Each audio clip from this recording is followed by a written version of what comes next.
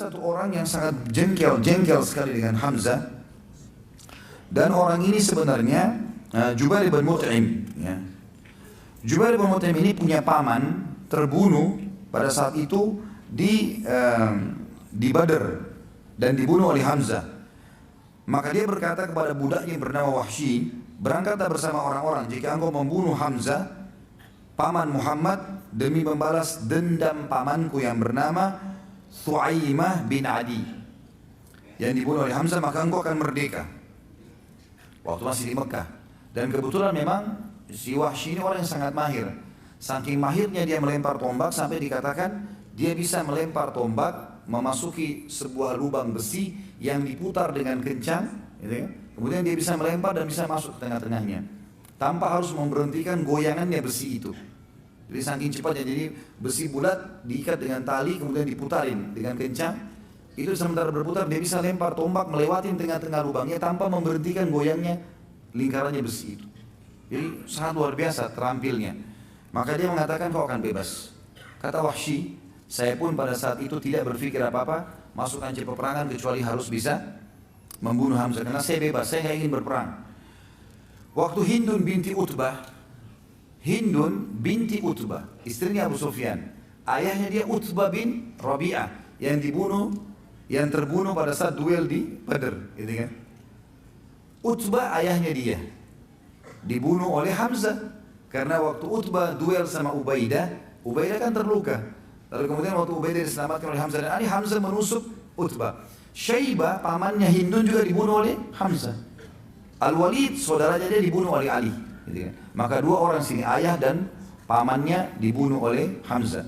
Maka dia pun memanggil Wahsy sambil mengatakan, hai Wahsy, selain majikanmu Jubair bin Mut'im yang akan menjanjikan kau bebasan, kamu lihat ini perhiasan saya. Dikeluarkan satu kotak penuh perhiasan yang mahal sekali karena dia ratu Mekah. Ini semua jadi milikmu asal kau bunuh Hamzah.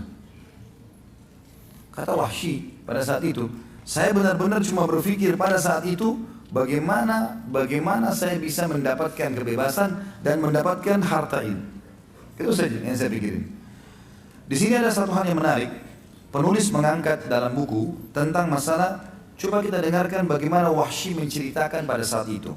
Wahsy berkata, aku adalah hamba sahaya milik Jubair bin Mut'im. Paman Jubair yang bernama Thu'aimah bin Adi terbunuh dalam perang Badr. Ketika orang-orang Quraisy berangkat ke Uhud, Jubair berkata kepadaku, engkau merdeka jika engkau berhasil membunuh Hamzah paman Muhammad untuk membalas kematian pamanku. Wahsy berkata, lalu aku pun berangkat bersama pasukan. Aku laki-laki dari Habasyah yang mahir melempar tombak layaknya orang-orang Habasyah secara umum, dan bidikanku hampir selalu tepat sasaran. Ketika dua pasukan telah bertemu, aku keluar memata-matai Hamzah. Aku mengintainya sehingga aku melihatnya di antara pasukan yang berperang seperti unta abu-abu. Maksudnya unta abu-abu ini teman-teman sekalian, dikenal unta itu kalau dikatakan oleh orang unta abu-abu, unta yang perkasa, unta yang kuat, gitu kan? Unta yang biasanya kalau unta jantan berwarna abu-abu itu dia bisa memiliki beberapa unta betina yang lain, punya kelebihan. Dia memporak-porandakan musuh seperti atau dengan pedangnya, dia memporak-porandakan musuh dengan pedangnya dan tidak ada yang bisa menahannya. Demi Allah, kata Wahsy. Ini Wahsy cerita setelah masuk Islam ya. Dia mengatakan, demi Allah saat itu aku sedang mengincar dan menginginkannya. Aku bersembunyi di balik pohon atau batu agar dia mendekat kepadaku. Tiba-tiba Siba' bin Abdul Izzah mendahuliku kepadanya. Ketika Hamzah melihatnya, dia berkata, mendekatlah wahai anak wanita tukang khitan. Ya.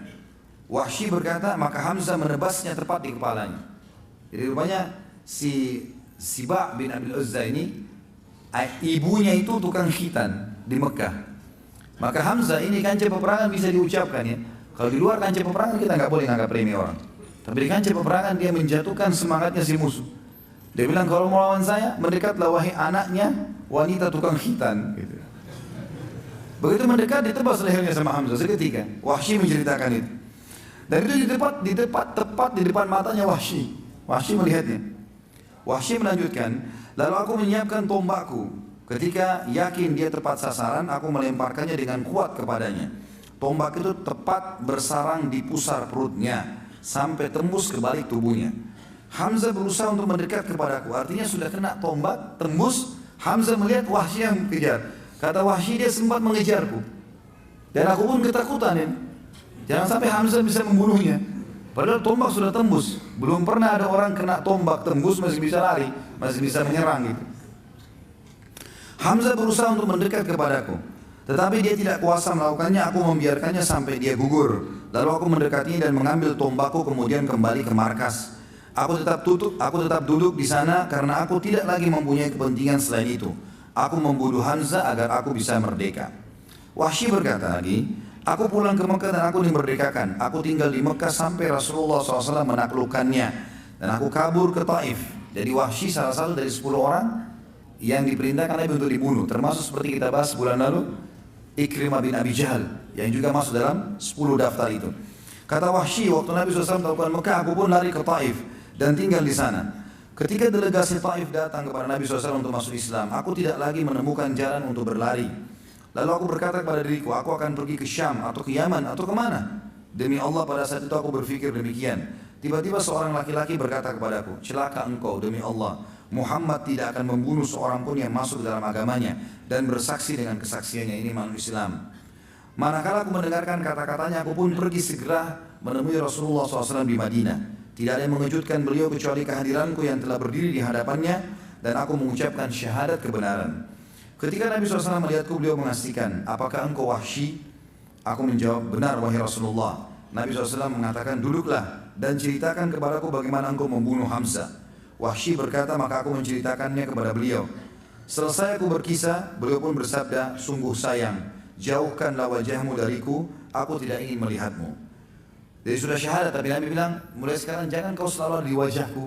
Bertemu ya silakan, tapi untuk ngobrol menjadi orang yang selalu di depanku jangan, karena aku khawatir nanti akhirnya aku mengingat pamanku dan akhirnya membenci seorang muslim. Ya, seperti itulah. Wahsy berkata, setelah itu aku selalu menghindar dari Rasulullah SAW sehingga beliau tidak melihatku sampai beliau pun wafat. Wahsy berkata, masih lanjutan satu paragraf lagi, ketika kaum muslimin berangkat untuk menyerang Musailamah al-Kadzdzab. Dari di zaman Nabi SAW meninggal ada orang yang mengaku sebagai Nabi tapi dusta, namanya Musailamah al-Kadzdzab. Aku berangkat bersama mereka setelah syahadat tadi ya, membawa tombak yang dulu aku gunakan untuk membunuh Hamzah. Ketika kedua pasukan bertemu, aku melihat Musailamah dengan pedang di tangannya. Demi Allah aku tidak mengenalnya. Tiba-tiba seorang laki-laki Ansar mengincarnya dari sisi yang lain. Masing-masing dari kami mengincarnya. Ketika pulang itu pun tiba, aku melepaskan tombakku dan menancap tepat di tubuhnya. Lalu orang Ansar itu melengkapinya dengan menebasnya dengan pedang. Hanya Allah yang mengetahui siapa dari kami yang membunuhnya. Jika aku yang membunuhnya, maka aku telah membunuh sebaik-baik orang setelah Rasulullah SAW, yaitu Hamzah. Dan aku juga telah membunuh seburuk-buruk orang, maksudnya adalah Musailamah al-Kadzdzab. Dan ini sanadnya kuat, disebutkan oleh Ibnu Hisham dalam kitab sirahnya, Ibnu Athir juga dalam Usudul Ghabah, dan Ibnu Abdul Bar juga dalam Al-Isti'ab, ya. Dan seterusnya ada beberapa orang yang menyebutkan masalah ini. Dalam riwayat lain teman-teman sekalian dikatakan Wahsy berkata, pada saat aku berusaha menombak Hamzah, maka aku ketakutan karena dikejar olehnya. Kemudian aku pun berusaha melemparnya dari jarak jauh. Sampai akhirnya tombak itu tersasarkan ke perutnya dan tembus ke belakang. Dia pun sempat mengejarku dan aku ketakutan jangan sampai Hamzah mendapatiku. Itu tambahan riwayat. Riwayat yang lain, riwayat juga tambahan di akhirnya mengatakan, aku pun pada saat itu gelisah semenjak Nabi SAW tidak mau melihat wajahku. Nah, artinya menurut Wahsy untuk menghindar. Ya. Maka dia mengatakan, aku merasa ini dosa yang sangat besar dan aku tidak bisa mengobatinya kecuali aku harus membunuh musuh Allah yang juga besar sehingga bisa mengobatinya. Maka pada saat terjadi perang melawan Musailamah al-Kadzdzab di zaman Abu Bakar radhiyallahu anhu, maka aku pun ikut dan aku pun mencari Musailamah al-Kadzdzab sampai aku melihatnya dan aku mempersiapkan tombak yang aku gunakan untuk membunuh Hamzah dulu dan aku melemparkan di titik yang sama. Jadi dulu di perutnya, ini juga di perutnya, sampai tembus ke belakang, sebagaimana dulu Hamzah terbunuh. Kemudian aku mencabut tombakku dan aku pun mengatakan kalau aku membunuhnya, dan ada orang Ansar datang menebasnya dengan pedang. Maka aku mengatakan aku telah membunuh manusia yang paling buruk sebagai balasan telah membunuh manusia yang terbaik, maksudnya Hamzah. Seperti itulah riwayatnya.